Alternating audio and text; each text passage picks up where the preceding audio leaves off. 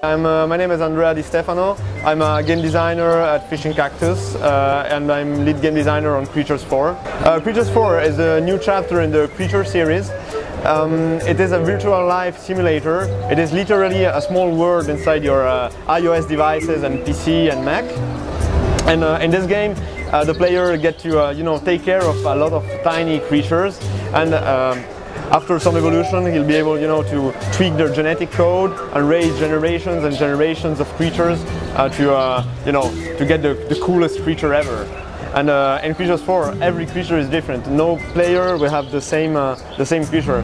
Even at the start of the game, even when the choices are more limited, every player will have a different creature totally. So we literally have millions and millions of combinations. So this is what makes Creatures really cool, is that players will be able to share creatures and really have collection them all a little bit. Creatures 4 is a sandbox game. This means that players really have access to a living world, which is filled with living creatures that do all the traditional things that living beings do. They eat, they sleep, they play.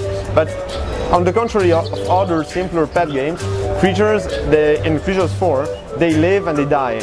So the gameplay can be really complex in a way that you can raise generations and generations of creatures, and as the player evolves, you get new options in customizing these creatures. Players get to customize generations and generations of creatures, both visually, for example the colors, the shapes of the body, but also their brain, how they react to things.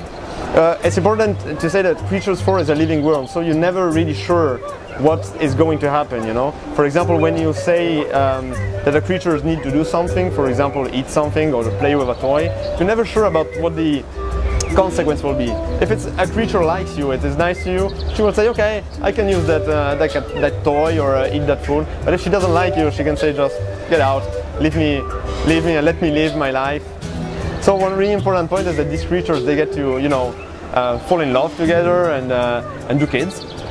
And the player really has the ability to see what the outcome of this kid will be and modify its genetic code. Let's say, for example, that I like blue creatures.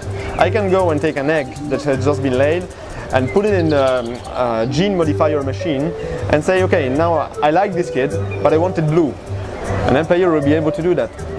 Or for example, okay, this kid is nice, but I want it to be more resistant. Well, a free-to-play model for several reasons. For one, Creatures 4 is the new chapter in a series that hasn't been on the market for 10 years. And for us, it's really important to get this game out with a new vision. Really say, okay, we're doing something new.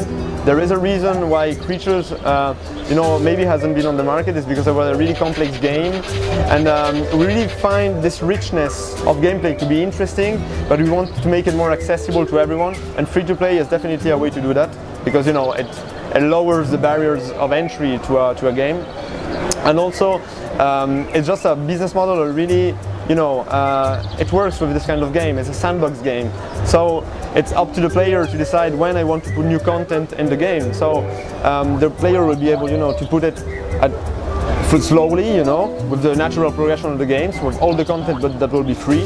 But also, if he wants, he will be able to buy and use virtual currency and accelerate the evolution of the game. This is very important as an evolution in the Creature series. Right now we're building a gameplay experience where the player starts at one point and evolves with an experience system. And thank you very much. I hope you will be enjoying Creatures 4 when it's released. It's a kid's dream come true for us. It's really a great game, and we hope you'll really be excited as we are to play the game next year. Thanks.